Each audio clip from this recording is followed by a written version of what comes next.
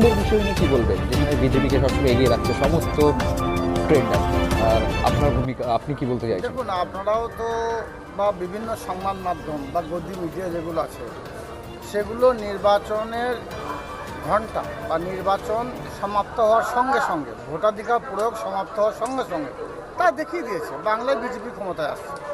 তো ট্রেন্ড নিয়ে আমি কোনো কথা বলতে চাই না, কারণ প্রথম রাউন্ড গণনা চলছে। প্রথম রাউন্ডে কেবলমাত্র পোস্টাল ব্যালট খুলেছে। পোস্টাল ব্যালটে বেশিরভাগ ক্ষেত্রেই শাসক বিরোধী ভোট হয়, অনেক ক্ষেত্রে সেটাই হচ্ছে। ইভিএম মেশিন ওপেন হতে দিন, একটু বেলা গড়াতে দিন, 1.5 থেকে 2 ঘন্টা অতিবাহিত হতে দিন, দেখবেন শুধু ঘাস ফুল ফুটছে, জোড়া ফুল ফুটছে, বিজেপি বা বিরোধী দলগুলো শস্য ফুটছে। আপনি এখনো পর্যন্ত কত লিডে রয়েছেন?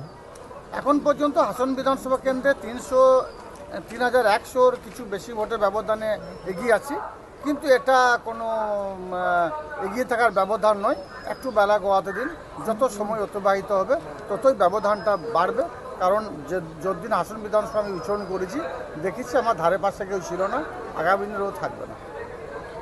আর যেখানে যেখানে পরাজয়ের লক্ষ্য হবে সেখানেই, মানে তৃণমূল যদি পরাস্ত হয় তাহলে তার জন্য সারা বাংলার ক্ষেত্রে আমার হিসাবে 293টা বিধানসভা কেন্দ্রে গণনা চলছে। আমার হিসাবে 293টা বিধানসভা কেন্দ্রেই মমতা বন্দ্যোপাধ্যায়ের, অভিষেক বন্দ্যোপাধ্যায়ের মমতা প্রার্থীর জয়যুক্ত হওয়া উচিত বলে আমি মনে করি। তার কারণ বাংলায় যে উন্নয়নগুলো করেছেন, একের পর এক 105টি জনমুখী প্রকল্প যে বাস্তবায়িত করেন মমতা বন্দ্যোপাধ্যায়, সারা বাংলার হিন্দু, মুসলমান, শিখ, খ্রিস্টান, ইসাই সমস্ত সম্পদের মানুষের স্বার্থে 2011 থেকে 2026 এই মাত্র কয়েক বছর ব্যবধানে বাংলার অভাবনীয় পরিবর্তন ঘটিয়েছেন। পিছিয়ে পড়া বাংলাকে এগিয়ে নিয়ে গেছেন, সারা বাংলা মানুষকে পথ দেখিয়েছেন।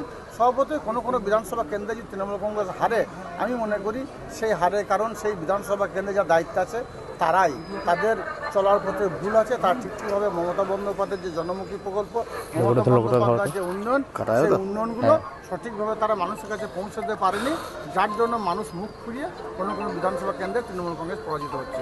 না হলে 293টা বিধানসভা কেন্দ্রে মমতা বন্দ্যোপাধ্যায় প্রার্থী জয়যুক্ত হওয়া উচিত বলে আমি মনে করি।